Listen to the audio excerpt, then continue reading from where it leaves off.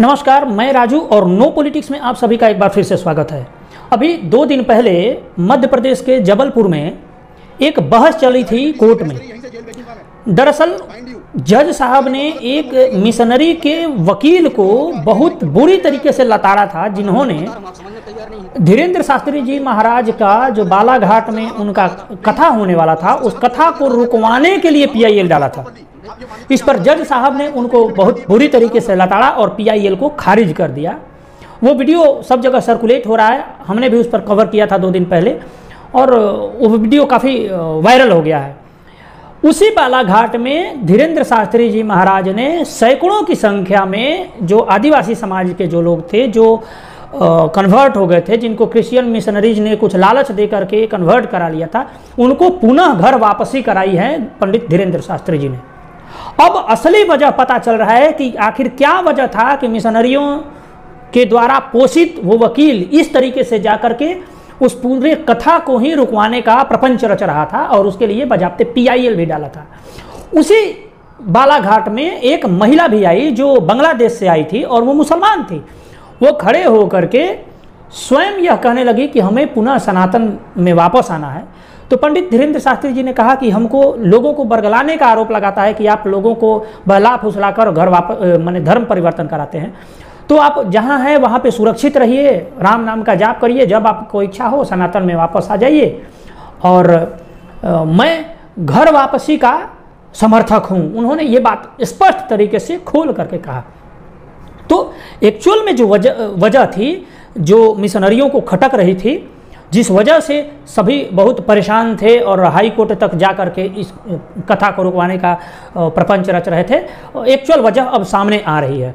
वहीं दूसरी तरफ आप कुछ दिनों पहले 16 मई के दिन राजस्थान के जैसलमेर का एक वीडियो वायरल हुआ था, जिसमें टीना डाभी द्वारा, जो कि वहाँ पे डीएम है, उनके आदेश पर पाकिस्तान से मारकर भगाए गए हिंदू शरणार्थियों के जो टेंट थे, जो उनके छोटे कच्चे मकान थे, उसको ढा दिया गया था।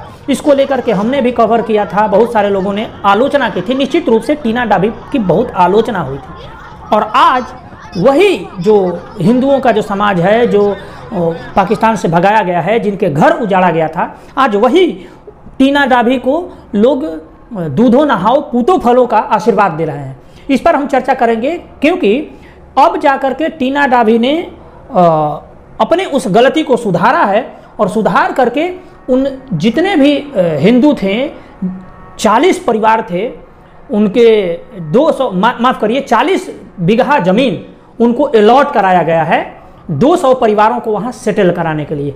इसी की खुशी में पाकिस्तान से आए हुए जो हिंदू शरणार्थी है, वो टीना डाभी की काफ़ी भूरी भूरी प्रशंसा कर रहे हैं और उनको दूधो नहाओ पूतो फलों का आशीर्वाद भी दे रहे हैं। जिस पर टीना डाभी ने कहा कि अगर पूत नहीं हुआ पुत्री भी हुई तो भी चलेगी। तो ये एक अच्छा जेस्चर रहा टीना डाभी की तरफ से।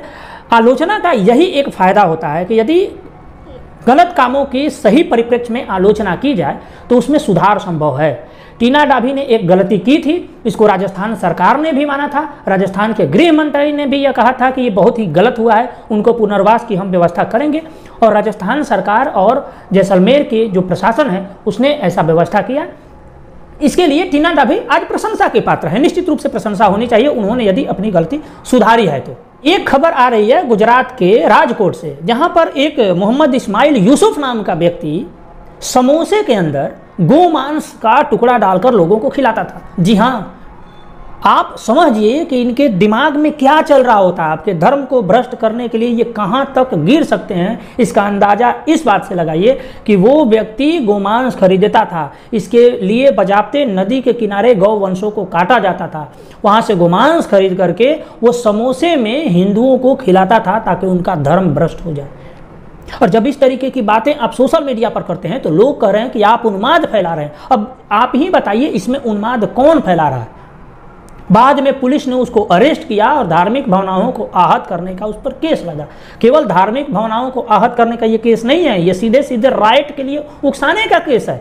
बताइए, जिन लोगों ने भी कभी उस दुकान पर से समोसा खाया होगा, आज उनके मन में क्या बीत रही होगी। इसीलिए हम सबसे रिक्वेस्ट करते हैं कि आपको किस दुकान से सामान खरीदनी चाहिए और किस दुकान से नहीं खरीदनी चाहिए, इसका भली भांति ज्ञात आपको होना चाहिए। आप दुकान से, उन्हीं दुकानों से सामान खरीदिए जो आपके अपने हो, भले किसी भी कास्ट से हो, इससे कोई मतलब नहीं है, हमारे यहाँ कास्ट का कोई मतलब नहीं है, लेकिन आप कम से कम अपने कम्युनिटी वालों से सामान खरीदिए, विधर्मियों से ना खरीदिए, अन्यथा वो इसी तरीके के कुकर्म करेंगे ताकि आपकी बुद्धि भी भ्रष्ट हो जाए। अभी कुछ दिनों पहले कर्नाटक में जो इलेक्शन हुआ जिसमें बीजेपी हारी और कांग्रेस जीती है, उस जीत के एवज में कांग्रेस के जो नेता हैं, बहुत दूसरे दर्जे के नेता है वहाँ कर्नाटक के, डीके शिव कुमार, वो डीके शिव कुमार सबसे पहला विजिट जो किए हैं वो टीपू सुल्तान के समाधि पर। जी हाँ, एक फोटो उनका वायरल हो रहा है जिसमें वो टीपू सुल्तान के समाधि पर जाकर के मत्था टेकते हुए दिखाई दे रहे हैं, बजाते प्रणाम के मुद्रा में है। तो निश्चित रूप से ये किस डायरेक्शन में जा रहे हैं, और मुझको लग रहा है कि अब किसी में कोई अंतर नहीं रह गया, चाहे वो बीजेपी हो या कांग्रेस हो, सभी मतलब तृप्त करने के लिए, तुष्ट करने के लिए लगे हुए हैं। और इसी दरमियान में एक अयोध्या से वीडियो वायरल हो रहा है जिसमें एक व्यक्ति जो कि 3 बार कार सेवा में एनएसए के तहत अरेस्ट हुआ है, 1-1 साल जेल में रहा है, उनका भी वक्तव्य आप सुन लीजिए। पूरी भारतीय जनता पार्टी भुनाती ही तो रही इतने दिनों।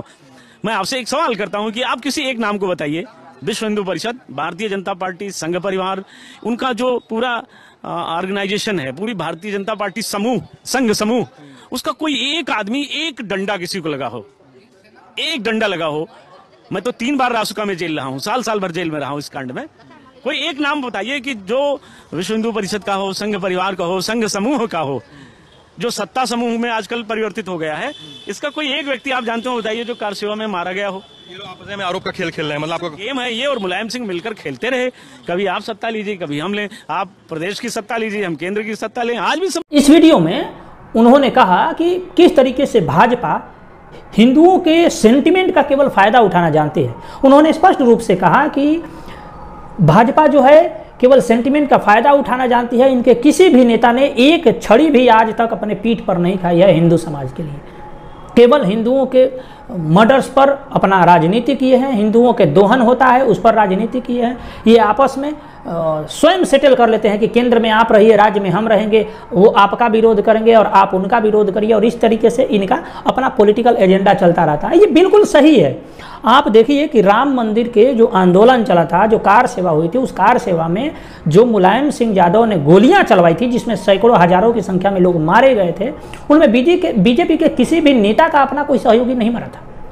ये सारे लोग बाहर से ऐसे हो हल्ला किए थे और मारे गए थे जो लोग, उनको और उनके परिवारों को आज तक बीजेपी पहचानती भी नहीं है। बीजेपी ने श्री राम जन्मभूमि का जो भूमि पूजन हुआ था उसमें भी उन लोगों को नहीं बुलाया था। उस भूमि पूजन में कौन पहुंचे थे? मोहन भागवत जी। उस भूमि पूजन में कौन पहुंचे थे? नरेंद्र मोदी जी। इन लोगों से पूछा जाए कि इनका क्या योगदान है तो 0, 0। निर्णय अदालत से आया, हिंदू समाज ने कई वर्षों तक उसके लिए संघर्ष किया और श्रेय ले गई बीजेपी। अब देखिएगा 24 में जब इलेक्शन के समय आएगा, जिस समय राम मंदिर का उद्घाटन किया जाएगा, उस समय भी देखिएगा यही लोग जाकर के फित्ता काटेंगे और पूरा श्रेय ले जाएंगे। हिंदुओं का केवल दोहन करना है और उनके सेंटिमेंट का दोहन करते हुए अपना पॉलिटिकल फायदा के लिए इस्तेमाल करना है। बाकी आप क्या सोचते हैं इन सारे मुद्दों पर, आप हमें कमेंट बॉक्स में बताइए। आपका बहुत बहुत आभार। नमस्कार।